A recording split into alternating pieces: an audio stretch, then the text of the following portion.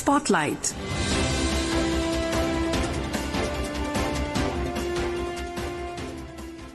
This is Akashvani. In the program Spotlight, now we bring you a discussion on Union Cabinet decisions. The participants are KG Suresh, political analyst, and Lalima Aneja Tang, anchor. The Union Cabinet, chaired by the Prime Minister Shri Narendra Modi, today approved three major decisions. Union Minister of Information and Broadcasting Shri Ashwini Vaishnav held a briefing for media on this. Well, to discuss these decisions and their significance, we are now joined by Shri KG Suresh, political analyst. Welcome to Akashvani, Sureshji. Namaskar. Sureshji, we have seen that the government is spending a lot on improving infrastructure of the country, and today's three major decisions are much in tune with that policy. While one is related to lane construction in Punjab and Haryana, another is about doubling of Tirupati-Pakala-Katpadi single railway line in Andhra Pradesh and Tamil Nadu. The third decision is about modernization of irrigation water supply network as a sub-scheme of Pradhan Mantri Krishi Sinchai Yojana 25-26. Now, how do you view all these in totality? Could you give us an overview? Lalima, it is very clear that the government's priorities are in the right place. You see, infrastructure so as to facilitate industrialization, infrastructure so as to take care of pilgrimage, which would also result in income for the local community, promote tourism, simultaneously focus on farmers. Farmers has been central to this government right from the word go. And I think that from soil testing to now efficient use of water, now involving stakeholders, and water user societies. These are things which are perhaps happening for the first time in the country, where the customers or the consumers will decide how efficiently to use water, So there is a local, it's not the bureaucrats who are deciding, not the politicians who are deciding, but the users themselves, water user societies are going to determine the efficient usage of water, because there is a shortage of water in many parts of the country. And this is going to be a pilot project. Suresh, you talked about farmers. Certainly, farmers have been very central to the government. And India's per acre crop production has been very low when compared to the US and China, even though we have huge tracts under cultivation. And Prime Minister has also referred to the need for, quote-unquote, more crop per drop several times. We should also remember that 80% land-owning farmers are of a small holding of less than 2 hectares of land. Now, will these initiatives help the small farmers? Absolutely. The whole idea is to enhance productivity. Now, we have earlier also in the past, brought in technology from Israel, drip, irrigation systems. The whole idea is that, yes, there is a shortage of water, whether it is Vidarbha, whether it is Bundelkhand, but at the same time, how to maximum utilize the scarce resource. We have to provide water. Only then can we, already, thanks to the efforts of the government, you have states which were earlier termed as Bimaru. States like Madhya Pradesh, which are today on the top of agricultural production, from wheat to rice to, a whole range of crops. Even millets. Millets, absolutely. So oilseeds. Yes. So I think that, the whole focus is on efficiency. Efficiency is the focus of this, because we have resources, no doubt, but we also have a large population. We have large land with us, and how to efficiently utilize the scarce resources for the larger benefit of the people. And I think that this is one scheme which is going to really bring results. I'm sure that the pilot projects which would be undertaken initially in many districts would succeed, and then it would take a larger shape. When you talk about consumption, there are two levels actually to it. One is domestic consumption of crops. We are also exporting crops to many other nations. So it will also give a boost to our exports.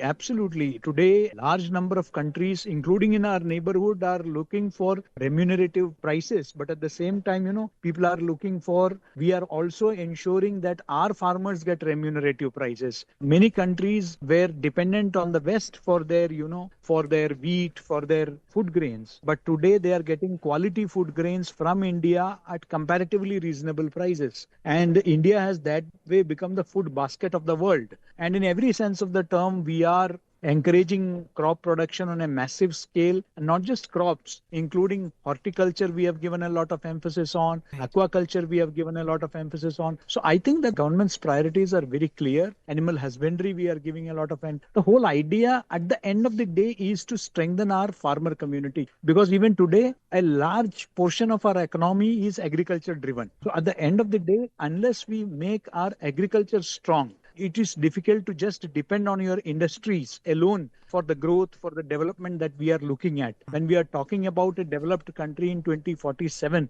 that means that equal emphasis has to be given to the rural areas, the agricultural pockets, and the government is doing so. And this is another step in that direction. Yes, you're right. Actually, if you look at agriculture, even during pandemic, when there was an economic slowdown or it had reached a plateau, it was agriculture which was actually, there was a greater growth in agriculture because, as they say, everybody has to eat. You can't stop eating. You can stop consuming other things. And when you talk about these steps, the government has always been very emphatic about increasing the farmer's income. So as you talked about horticulture, aquaculture, animal husbandry as well, this would also help to increase the farmer's incomes?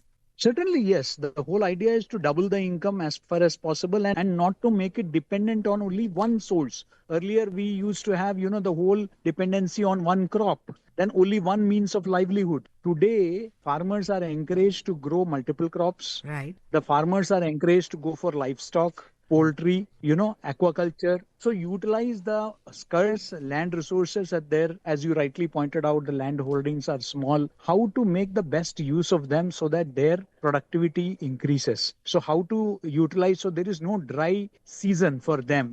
They are perennially engaged throughout the year. That is the whole idea. So a lot of education is taking place. Soil testing is taking place. The appropriate crop for the appropriate land is being suggested. A lot of mobile applications have come in the market. E-mandis have come into place to ensure that the remunerative prices are paid. The middlemen do not take benefit or advantage of the vulnerabilities of the farmer. The farmer is saved from the vulnerabilities of the weather. Yes. So all these steps are being taken. And you also talked about drip irrigation, which was discovered by Israel, and that has also been a success in our country with the farmers. Yes, in many parts of the country it has been, This and you have project- seen a lot of subsidies being given by government, even in terms of water, in terms of, helping them in bore wells, in water conservation, preservation of water, the water harvesting, which is being done not just in the rural areas, but even in the urban centers, so that the urban centers are not dependent on riverine water and they don't take away the water which is basically meant for agriculture. So the whole idea is to preserve the water that we get through rainfall, our groundwater resources, because it is fast getting depleted in many parts of the country. Yes. So how to enhance the water levels at the ground level, that is another priority of the government. So a lot of, you have methods being the age old traditional methods are being used to harvest water. That water doesn't go waste into the drains, but rather they are utilized. So even in urban pockets, a lot of green awards are being given at the state level, at the urban level, in the smart cities, they are being used. So water is a priority, Absolutely. Back to the age of Bowlies and other step wells. Yes, absolutely. Let's move on to the second decision approved by the cabinet. The PM recently inaugurated an absolute engineering marvel, the new Pamban Bridge in Rameshwaram, India's first vertical lift railway sea bridge. In today's decision, there will be doubling of Tirupati-Pakala-Katpadi single railway line, which is about 104 Absolutely. kilometer in Andhra Pradesh and Tamil Nadu. Suresh, how will this affect the 14 lakh population in about 400 villages which the project covers? Also affect the Tirupati devotees? Absolutely. You see, Tirupati is every day receiving lakhs of devotees, and it doubles up during the festival seasons. So to cater to this population, you need a very efficient transport system, because people are not getting tickets, people are unable to reach their destinations. So this particular project is going to ease. And please remember one thing, the better the transport, the more the livelihood of the local population increases. Hospitality industry will widen, taxi services will grow. So you will see that, the hospitality industry also grows from it. That means more employment opportunities for the local population, and also less pressure on the local transportation network, because it also has to cater to the local population. I think that you have Sri Kalahasti temple is also there. A lot many pilgrimage sites are there on this particular route, where pilgrims, not just from the southern part of the country, but from all over the world, all over the country, go to these very pious religious spots. And it is but natural that a majority of them certainly even today use the road and rail routes rather than the air route, which is still, used by the people who can afford it. So majority of the people still use the rail route, but natural that I think the government has given a lot of importance to this project, and it is going to be enhance not just the transportation facilities in the region, but also the incomes of the local people. Right. Also give an economic boost to the area there. Yes, absolutely. Absolutely. The cabinet approved construction of 6-lane access controlled Zirakpur bypass with a length of 19.2 kilometers in Punjab and Haryana. Suresh, will this decongest Zirakpur, Panchkula, and will it also help direct access to Himachal Pradesh?